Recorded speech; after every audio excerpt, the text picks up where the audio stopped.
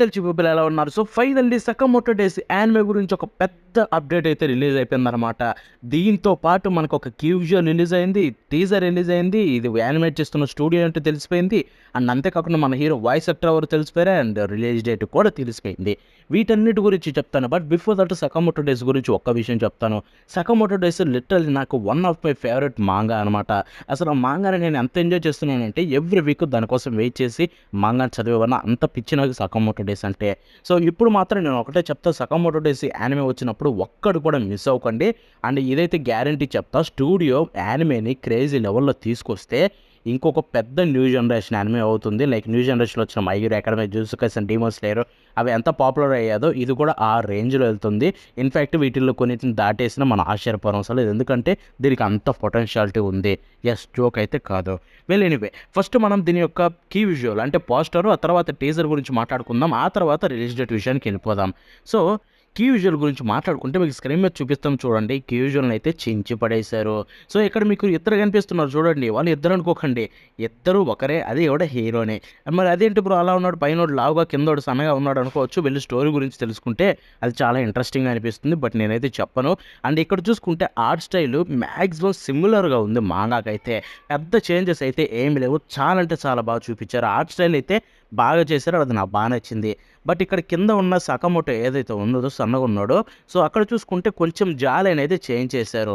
I mean ఇది మొత్తానికి మారుస్తున్నట్టారు. ఎందుకంటే సకమోటోలో జాలైన్స్ అన్నీ కొంచెం రౌండ్ టైపు, అదొక ట్రేడ్ మార్క్ అనమాట దానికి. బట్ ఇక్కడ చూసుకుంటే దాన్ని కొంచెం కట్ అయితే పెడుతున్నారనమాట. సో చూద్దాం దాన్ని ఎలా ప్లాన్ చేస్తున్నారు.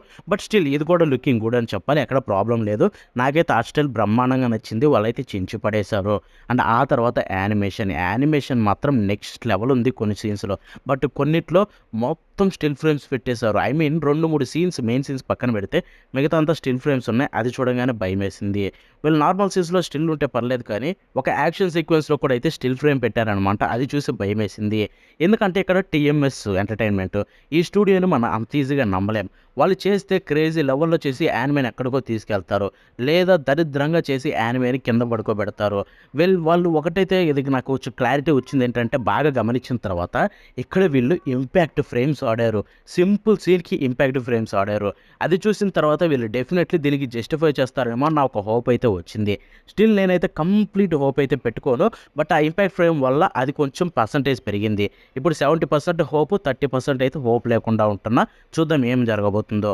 సో ఇది నాకు టీజర్ చూసిన తర్వాత అనిపించింది. మంచి మంచి సీన్స్లో యానిమేషన్ బాగుంది, బట్ స్టిల్ ఫ్రేమ్స్ ఉన్నాయి. స్టిల్ ఇంపాక్ట్ ఫ్రేమ్స్ వాడడం అంటే అది నార్మల్ సీన్స్కి అయితే బాగా అనిపించింది. సో ప్రస్తుతానికైతే మాత్రం నేను చెప్పినట్టుగా 70% హోప్ అయితే పెట్టుకుంటా, బట్ 30% అయితే వదిలేస్తా. స్టిల్ చెప్పలేం కాబట్టి. అండ్ ఇక్కడ మనం వాయిస్ యాక్టర్ విషయానికి వెళ్ళిపోతే, వాయిస్ యాక్టర్ ఎవరో కాదు, ఎన్నో పాపులర్ క్యారెక్టర్స్ చేశారు. వాటిలో మెయిన్ది అయితే గింటోకి. ఎస్, గింటామోలో మెయిన్ హీరో. అంతేకాదు మనకి డీమన్ స్లేయర్లో స్టోన్ అషిరా కావచ్చు, ఆరు జోజోలో జోసెఫ్ కావచ్చు. సో ఇలాగే ఎన్నో క్రేజీ వాయిస్ యాక్టర్స్ వాయిస్ అయితే ఇచ్చాడనమాట. అంతేకాకుండా మనకు ముషోకు టెన్సేలో మన హీరో పాత వర్షన్ ఉన్నాడు కదా, లావు ఉండేవాడు, ఆడికి కూడా ఇచ్చింది ఈయనే అనమాట. అండ్ ఆయన పేరు వచ్చేసరికి సుగిట టొమోకాజు. సో తను చూసుకుంటే చాలా అంటే చాలా బాగా వాయిస్ యాక్టింగ్ చేయగలడు. నాకైతే తన యంగ్ వర్షన్కి అయితే కాన్ఫిడెన్స్ ఉంది. బట్ ఇక్కడ లావుగున్న సకమోటో ఎవరైతే బాగా లేడ్ ఆఫ్ ఉంటాడో ఆ సకమోటోకి జస్టిస్ చేస్తారా లేదా అని చెప్పి మనం చూడాల్సి ఉంటుంది వాయిస్ యాక్టింగ్. ఎనివే ఇదనమాట దీని కంప్లీట్ డీటెయిల్స్. ఇది నా సకమోటో డేస్ గురించి నా ఎక్స్పెక్టేషన్స్ టీజర్ చూసిన తర్వాత. And as a said studio వచ్చేసరికి టీఎంఎస్ ఎంటర్టైన్మెంట్ అనమాట. ఇప్పుడు రిలీజ్ డేట్ విషయానికి వెళ్ళిపోతే జనవరి 2025లో అయితే సీజన్ అయితే రిలీజ్ కాబోతుంది అనమాట 1. సో ఎస్, జనవరి 2025 అని కన్ఫర్మ్ చేశారు. ఎగ్జాక్ట్ రిలీజ్ డేట్ తెలియదు, కానీ జనవరి 2025 అంటే చాలా త్వరగా వస్తుంది. ఎటువంటి ఇన్ఫర్మేషన్, ఎటువంటి అనౌన్స్మెంట్ లేకుండా సడన్గా ఇది రిలీజ్ చేయడం అండ్ జనవరి 2025 అనౌన్స్ చేయడం అంటే గ్రేట్ థింగే. చూద్దాం ఏం జరగబోతుందో. సో చూసారు కదా, ఇది వాటి వీడియో. మళ్ళీ నెక్స్ట్ ఒకటి ఉంటుంది. బాబా.